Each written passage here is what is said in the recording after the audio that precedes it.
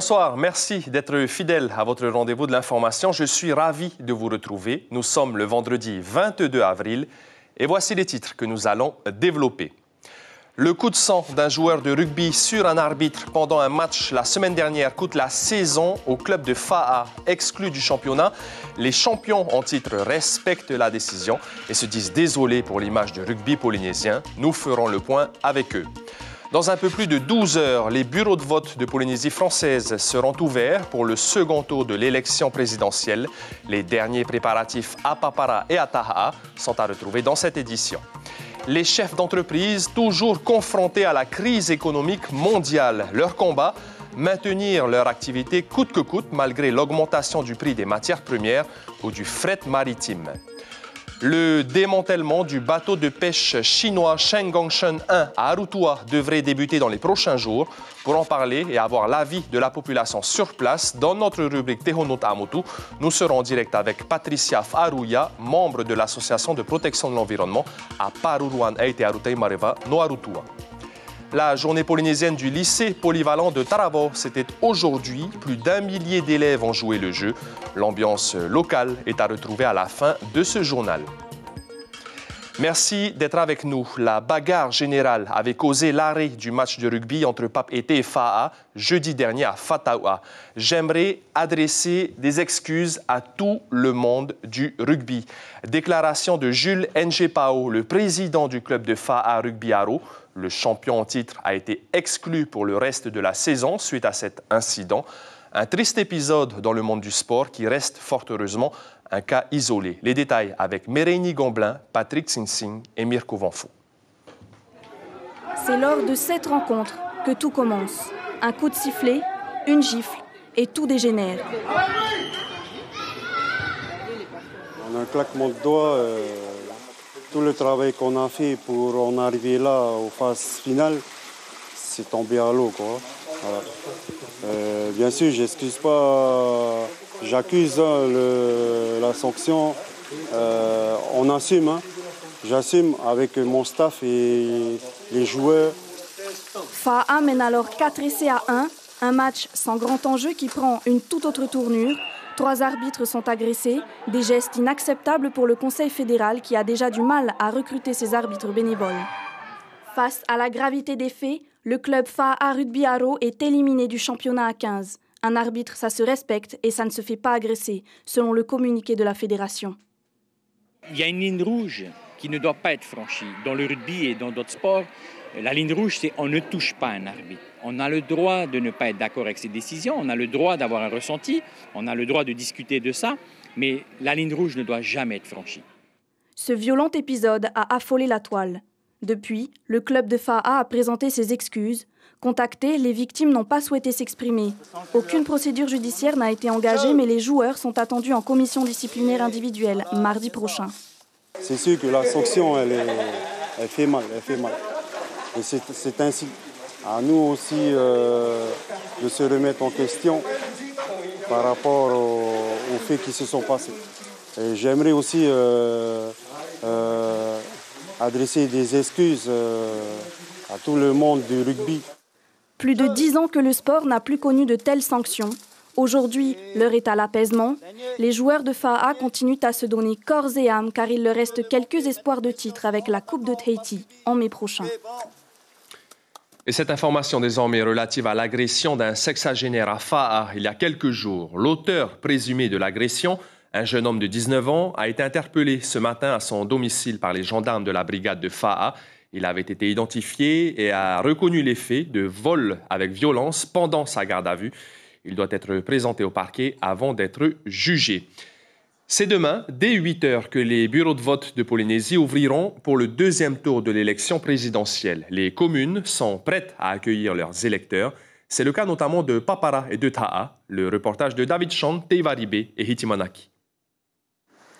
Dernier tour du chapiteau avant le jour J. Il faut s'assurer de la disposition des 9 bureaux de vote, que tout soit bien en place et surtout de prendre de l'avance pour demain.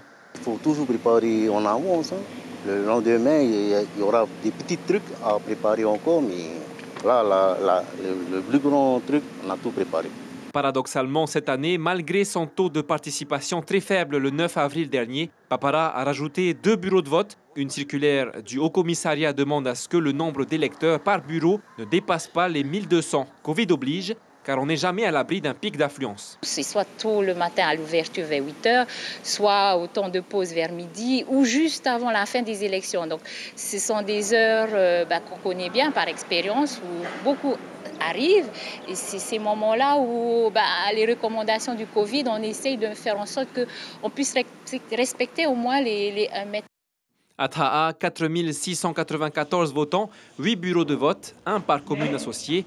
Et dans chaque bureau, les assesseurs, les délégués et le maire président de bureau avec leurs suppléants, soit 10 personnes.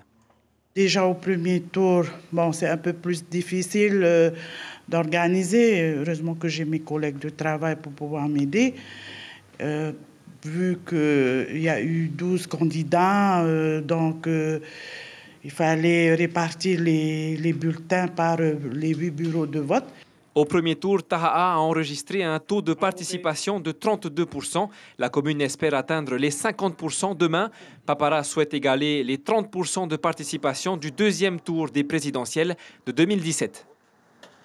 Économie à présent. La crise Covid et la guerre en Ukraine perturbent fortement le marché international du transport maritime. Au jeu de l'offre et de la demande, les compagnies maritimes tirent leur épingle du jeu. Pendant ce temps, à Tahiti, les entreprises subissent l'augmentation des coûts. Et si cela dure, ça pourrait être un gros problème. Exemple, dans le secteur de la construction, la hausse des matières premières comme les granulés de plastique peut atteindre 100%. Cybèle Plichard et Hubert Liao ont rencontré des directeurs d'entreprises sur le qui-vive. Ces granulés de plastique valent désormais de l'or. Ils permettent de fabriquer des tuyaux et des lambris, très utilisés dans la construction. Les entreprises n'ont pas d'autre choix que de continuer d'acheter cette matière première, malgré une augmentation de son prix pouvant atteindre 100%. La conséquence d'un dérèglement mondial de l'offre et de la demande, après un marché complètement paralysé en 2020. Il y a plus de demandes que d'offres, donc les gens augmentent leur prix. C'est difficile à transporter, donc les transporteurs augmentent leur prix. Et là, il y a quelques aléas qui se passent, des confinements dans des zones A, dans des zones B, des engorgements portuaires dans des zones A, dans des zones B. À la fin, tout est déréglé. Pour maintenir l'activité de cette entreprise tahitienne, il a fallu augmenter les stocks de 30%. Les prêts garantis par l'État ont permis de combler le besoin en trésorerie, un vrai jeu d'équilibriste pour ce directeur général. Pendant les 10 dernières années, tout ce qui se passait autour de nous, c'était une sorte de train-train économique par rapport aux variations de prix, aux fluctuations, aux aléas du fret. Aujourd'hui, on est dans une zone de turbulence très très forte. On a enlevé le pilote automatique depuis un bon moment et il faut être d'une agilité que j'ai jamais connue en 30 ans de carrière. Dans ce magasin d'accastillage, les réflexes sont les mêmes, stockés pour éviter de voir les rayons vides. La livraison de combinaisons, par exemple, peut prendre jusqu'à 14 mois. Déjà en termes de matières premières, déjà le fournisseur de base, donc c'est pas évident déjà d'avoir la matière première néoprène. Ensuite, à partir de là, donc il y a la production et tout. Donc une fois que la production est faite, après il y a la livraison chez nous en tant que revendeur. Donc c'est ça qui est un peu difficile et qui prend du temps. On a beaucoup de soucis pour tout ce qui est produits de sécurité, produits aussi de peinture, puisque vu notre activité, nous vendons aussi des peintures qui servent à faire des anti-fouling pour les bateaux. Et globalement, c'est un petit peu tous les produits qui sont impactés. Je parlais tout à l'heure du coût des conteneurs, mais on a aussi un gros souci de trouver des places sur les bateaux pour pouvoir nous acheminer nos produits. Tahiti, comme bien des îles du Pacifique, très dépendante de l'extérieur. Une inquiétude gagne les entrepreneurs, que le prix du transport maritime ne redescende plus et que les compagnies se désintéressent de notre destination. Et comme chaque vendredi, place désormais à notre rubrique consacrée aux archipels.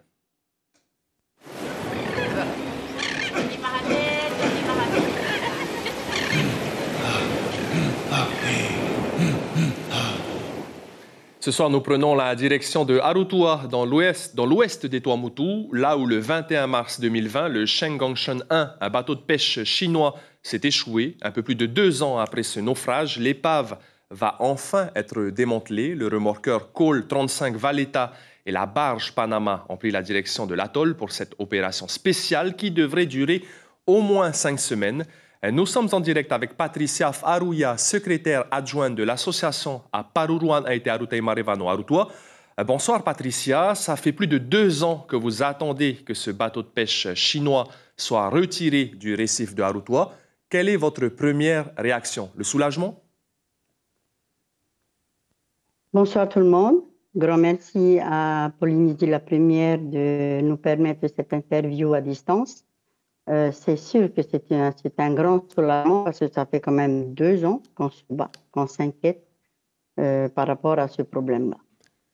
Les opérations vont donc débuter dans les prochains jours. La zone aux alentours, vous l'avez dit, ce bateau est sur le récif depuis plus de 2 ans. Est-ce que la zone alentour a été fortement impactée par la pollution? Oh, tout à fait. Et il faut bien préciser qu'il y a eu pollution sur ce récif parce que ce navire chinois est quand même arrivé avec 250 tonnes de carburant lourd et 70 tonnes de poissons prises à pas compris. Donc pendant 2 ans, tout cela a eu le temps de s'écouler dans notre lagon, ce qui a permis donc la pollution de ce récif et aussi aux alentours, parce que nous avons trouvé quand même beaucoup de déchets. Et sur ce récif concerné donc, on voit quand même une zone noirâtre due à la pollution. Alors ça a été un long processus avant d'en arriver au démantèlement. Avez-vous douté des engagements du pays ou même pensé que ce bateau pourrait ne jamais être retiré? Mais disons que le doute, c'est sûr qu'il était là parce que pendant 2 ans quand même, c'est difficile de croire qu'on avait l'impression d'être seul au monde. On avait l'impression qu'autour de nous, il n'y avait pas d'oreilles pour nous entendre. Parce que quand même, nous avons envoyé des courriers dans les services concernés par ce problème. Et donc, la procédure a été très longue. Mais aujourd'hui, enfin, on va dire, on est arrivé, quoi.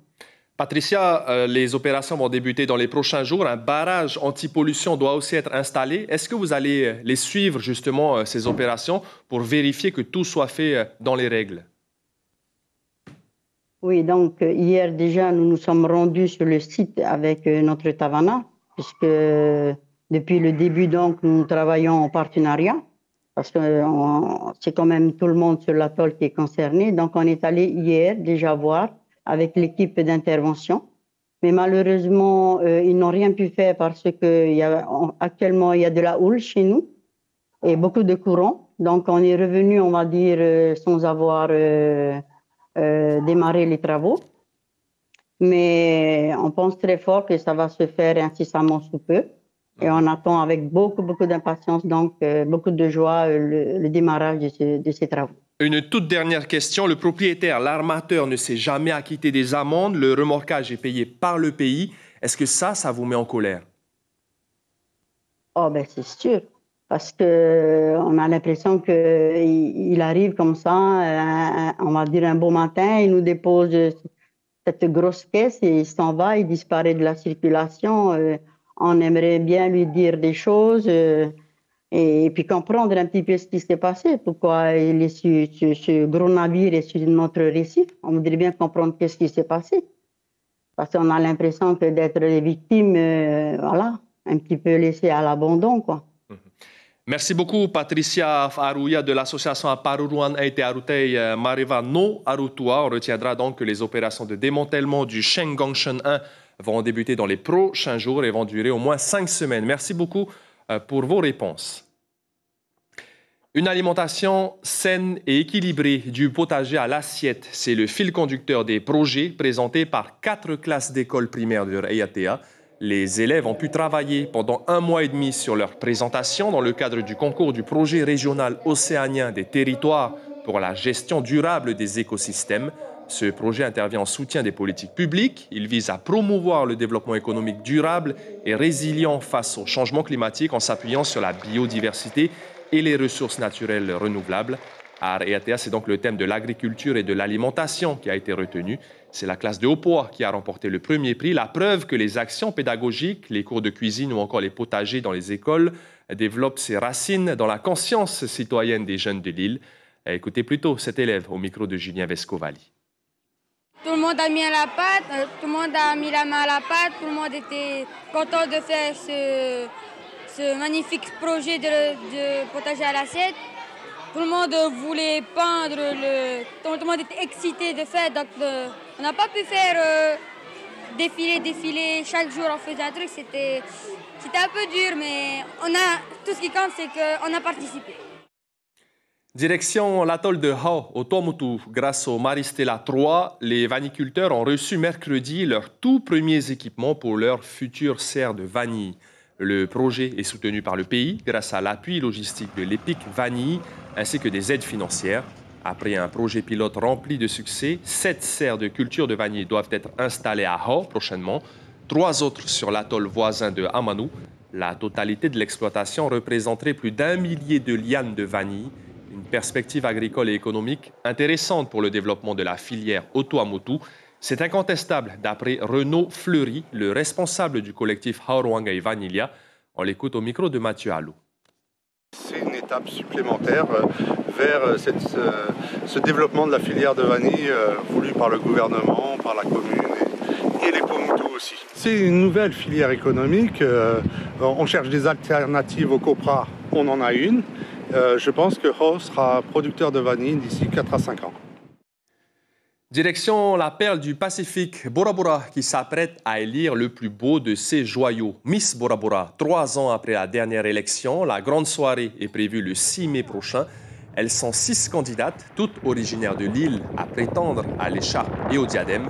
L'heure est à la finalisation des préparatifs. Le concours aura lieu dans 2 semaines. Le temps va très vite passer.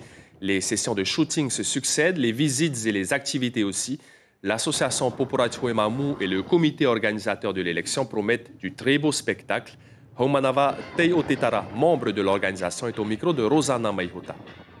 Cette année, sont 6 prétendantes au titre de Miss Bora Bora.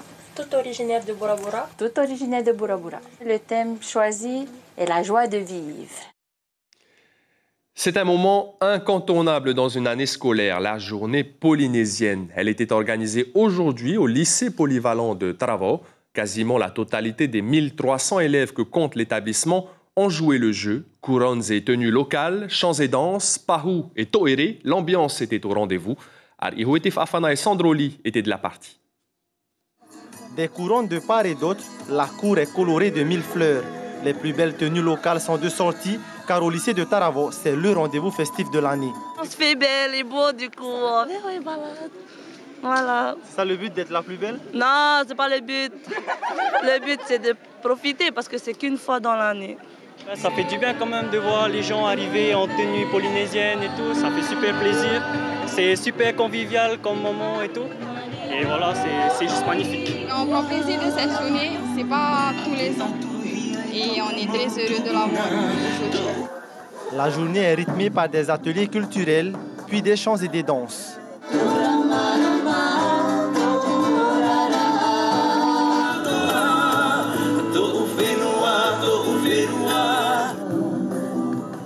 Aujourd'hui, Heriani Moutam incarne la grâce de la danseuse polynésienne. Ça m'a fait plaisir de partager notre culture. Je pense que c'est un événement assez important dans le sens où c'est une fois par an où on nous donne l'occasion de montrer ce qu'on sait faire et montrer ce qu'on a en nous. De la cour à la cantine, les 1300 élèves consomment 100% local et... Ça fait plaisir, ça change. Qu'est-ce que tu préfères dans le athlétique? Moi, ce serait le tarot et le pouachu. L'un des objectifs du lycée, valoriser et surtout permettre aux élèves de renouer avec leur culture. Beaucoup de talent et on est content. On est content. Puis ça permet aussi de montrer à la Polynésie que les jeunes, voilà, ils sont présents. C'est important que l'école rappelle qu'il y a une culture, il y a une civilisation et qu'il faut savoir d'où on vient pour savoir où aller. Un événement qui leur a permis de vivre pleinement leur culture le temps d'une journée, une culture qu'on espère indélébile. L'information principale de ce vendredi en Polynésie française, c'est demain que les électeurs sont appelés aux urnes pour le deuxième tour de l'élection présidentielle, 15 jours après le premier tour et un taux d'abstention record, quasiment 70%. Les bureaux de vote seront ouverts entre 8h et 19h. Demain, seuls les taux de participation pourront être communiqués. Pour les résultats, il faudra attendre dimanche matin et la clôture des votes sur l'ensemble du territoire français. Et puis demain, dès l'ouverture des bureaux de vote, Polynésie la Première sera en direct avec les équipes de journalistes et de techniciens, 8h, 10h et 16h en radio et sur le web, midi pour la télévision et le web, puis les éditions du soir, 18h30 et 19h. Ce vendredi soir, à la télévision, les séries Brokenwood Mysteries et Arctic Circle. C'est la fin de ce journal préparé par la rédaction et l'équipe technique. J'ai été ravi d'être avec vous. On se retrouve demain, jour de vote, pour le second tour de l'élection présidentielle. On se quitte sur ces images magnifiques de nature signées Patrick Sing Sing. Prenez bien soin de vous. Passez une excellente soirée.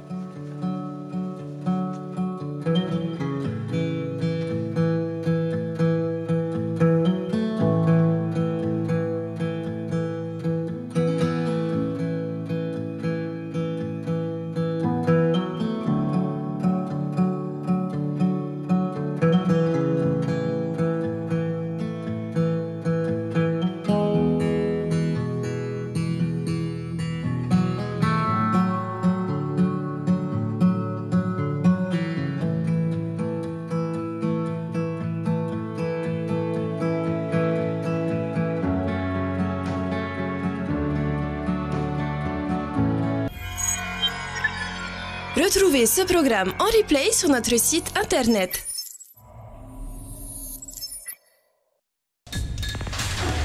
L'information en continu sur Polynésie la Première, internet et réseaux sociaux.